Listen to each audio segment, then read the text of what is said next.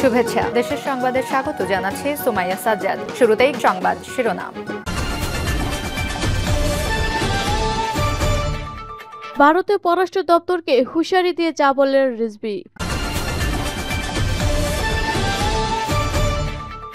এরপর জানিয়ে দেব, আয়নাঘরে ভয়াবহ অভিজ্ঞতা ভুক্তভোগীরা এখনো বলতে চায় না, বলছেন উপদেষ্টা নাহিদ। আরো জানিয়ে দেব, শান্তি শৃঙ্খলার মধ্য দিয়ে নির্বাচনের দিকে এগোতে চায় জামায়াত। এদিকে হাসিনা সংখ্যালঘুদের ব্যবহারের চেষ্টা করছে, বলছেন টুকু। এবং সর্বশেষ জানিয়ে দেব, বর্তমান পরিস্থিতি সমাধানে সব দলের সঙ্গে বসবে সরকার, বলছেন মাহফুজ আলম। শিরোনাম শুনলেন, এখন বিস্তারিত। তবে তার আগে ভিডিওটিতে একটি লাইক, কমেন্ট, শেয়ার করে সবাইকে দেখার সুযোগ করে দিতে বিশেষ অনুরোধ রইল।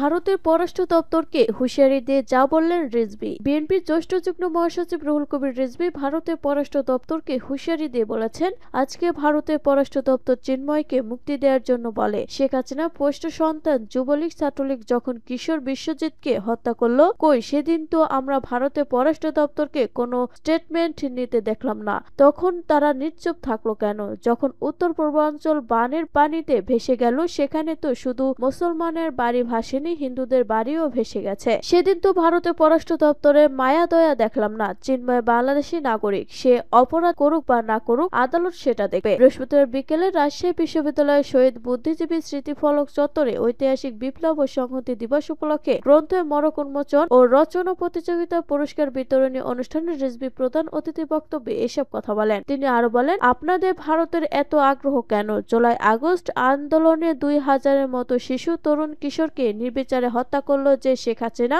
তাকে আপনারা সেখানে আশ্রয় দিলেন। বাংলাদেশকে অস্থিতিশীল করে আপনারা পার পাবেন না। আন্তর্জাতিক ষড়যন্ত্র দিয়ে বাংলাদেশকে দাবিয়ে রাখা যাবে না। দেশকে অস্থিতিশীল করার জন্য যত রকম পদ্ধতি নেওয়া দরকার সেটা করা হচ্ছে বলে বিএনপির জ্যেষ্ঠ নেতা বলেন। চিন্ময় গ্রেপ্তার হয়েছেন দেশের প্রচলিত আইন অনুযায়ী। হঠাৎ করে ইসকন নামের একটি সংগঠনের বিভিন্ন তৎপরতা দেখা গেল।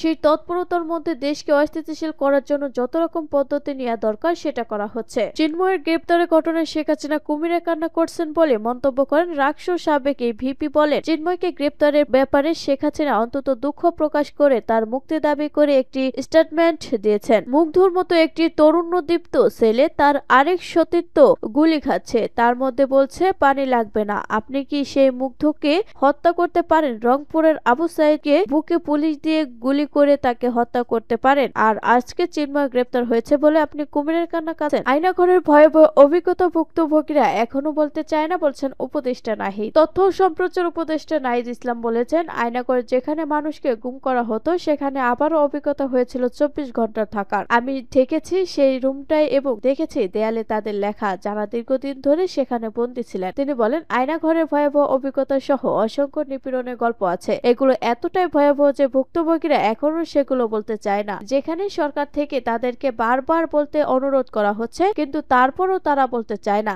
এতটাই ভয়াবহ ছিল তাদের এই অভিজ্ঞতাগুলো। ঢাকা বিশ্ববিদ্যালয়ের সমাজ বিজ্ঞান বিভাগের উদ্যোগে বিরূপ ও উপহাসের রাজনীতি, জুলাই বিদ্রোহের সময় কার্টুন ও গ্রাফিতি শীর্ষক এই আলোচনা সভায় আয়োজন করা হয়। নাহিদ ইসলাম বলেন, আমাদের গত 15-16 বছরে যে এত বড় নিপীড়ন, মানুষের যে এত এত গল্প, এখন এগুলো মানুষ আর্টওয়ার্কের গ্রাফিতি দেয়াল লিখন মধ্য দিয়ে জানছে। মেইনস্ট্রিম মূলধারার পত্রিকাগুলোতেও কিন্তু তার কার্টুন আঁকা বন্ধ হয়ে গিয়েছিল। তিনি আরো বলেন, শিল্পীরা যদি তাদের অভিজ্ঞতা থেকে, মানুষের অভিজ্ঞতা থেকে এই শিল্পকর্মের মাধ্যমে এগুলো নিয়ে আসে, তাহলে বিগত রেজিমটা আওয়ামী লীগের শাসনামল আমরা আরো ভালোভাবে বুঝতে পারবো। আমাদের আন্দোলনটা আসলে দেয়াল লিখন এবং আর্টওয়ার্কের মাধ্যমে এগিয়েছে। আমরা এখন চিন্তা করছি এগুলো সংরক্ষণ করার। মানুষ আসলে কি বলতে চেয়েছিল এবং মানুষ আসলে কি বলতে চায়, এগুলোর উপাদান আমরা সেখানে পাবো। উপদেষ্টা নাহিদ বলেন, প্রায় 1600-এর মতো আবেদন করেছে গুম কমিশনে এবং সংখ্যাটা বেড়ে 5,000 হতে পারে, মানে 5,000 মানুষের গুমের অভিজ্ঞতা হয়েছে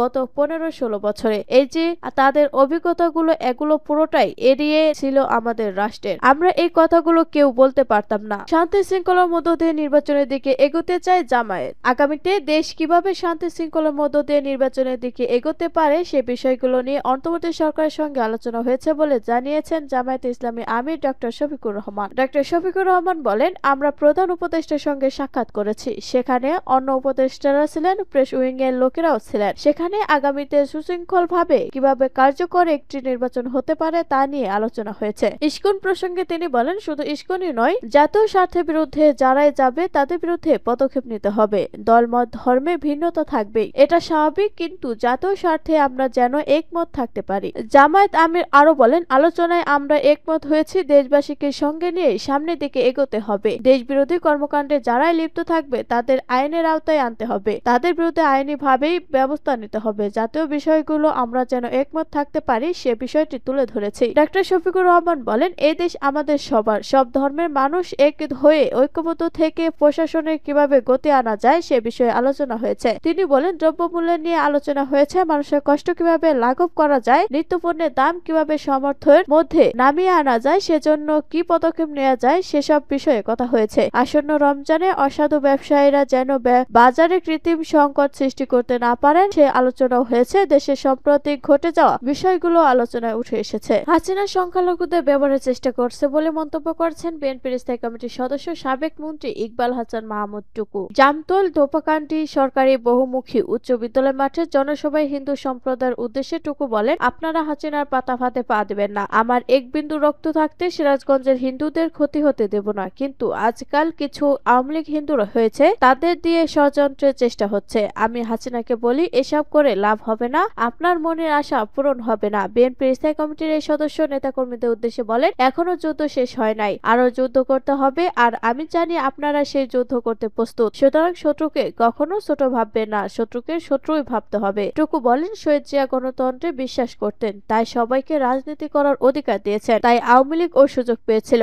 আওয়ামী লীগ গত 16 বছর অনেক খারাপ করেছে, পরে ছেলে মেয়ে সব নিয়ে দেশ ছেড়ে পালিয়েছে, কিন্তু আমি শুনেছি সিরাজগঞ্জে আমার দলের কিছু নেতার আশ্রয় আছে আওয়ামী লীগ। যদি এমন হয় তাহলে তারা বিএনপি করতে পারবে না। বিএনপি নেতা টুকু আরো বলেন, আওয়ামী লীগ কোটি টাকা লুটপাট করে নিয়ে গেছে। শেখ হাসিনা বলেছেন, আবু সাঈদের গুলি লেগেছে, তাহলে রক্ত কই? টুকু প্রশ্ন করেন, যদি আজ আপনার ছেলে জয়ের এমন গুলি লাগতো তাহলে আপনি এ কথা বলতে পারতেন। সাঈদের মাকে জিজ্ঞেস করেন তার কলিজায় কেমন লাগছে। তিনি আরো বলেন, আমরা গণতন্ত্রে বিশ্বাস করি, আমরা জনগণের ভোট ছাড়া কেউ নির্বাচিত হয়নি। শহীদ জিয়া আজ নেই, কিন্তু তিনি গণতন্ত্র রেখে গেছেন। এখন খালেদা জিয়ার চেয়ে বড় গণতান্ত্রিক আর কেউ নেই। আরেকজন হলেন তারেক রহমান। এ সময় জিয়াউর রহমান ও এই শ্মশান বাংলাদেশকে সুজলা সুফলা বাংলাদেশে পরিণত করেছিলেন। আজ তারেক রহমান 31 দফা দিয়েছেন, হাসিনা শ্মশানে পরিণত করে যাওয়া দেশকে সুন্দর করার জন্যই এই 31 দফা। বর্তমান পরিস্থিতি সমাধানের সব দলের সঙ্গে বসবে সরকার, বলছেন মাহফুজ আলম। সারা দেশে বিভিন্ন ইস্যুতে যে উত্তেজনা চলছে, এসব নিয়ে সব রাজনৈতিক দল ও অংশীজনদের সঙ্গে বসে সমাধান করা হবে বলে জানিয়েছেন অন্তর্বর্তী সরকার উপদেষ্টা মাহফুজ আলম। বৃহস্পতিবার সন্ধ্যায় প্রধান উপদেষ্টা প্রেস উইং আয়োজিত সংবাদ সম্মেলনে একথা জানান তিনি। মাহফুজ আলম বলেন, বাংলাদেশে এক ধরনের সাম্প্রদায়িক উত্তেজনা চলছে। এখানে ইসকন ও তাদের সঙ্গে সংশ্লিষ্ট অনেকে এর সঙ্গে জড়িত পড়েছেন। দেশের জনগোষ্ঠীর বড় একটা অংশের মধ্যে একটা চাপ উত্তেজনা রয়েছে। চট্টগ্রামে আইনজীবী সাইফুল ইসলাম আলিফ নিহত প্রসঙ্গে তিনি বলেন, নিহতের ঘটনায় জড়িত কেউ যেন ছাড় না পায়। সরকারের পক্ষ থেকে তার উদ্যোগ নেওয়া হয়েছে। 2টি মামলা হয়েছে,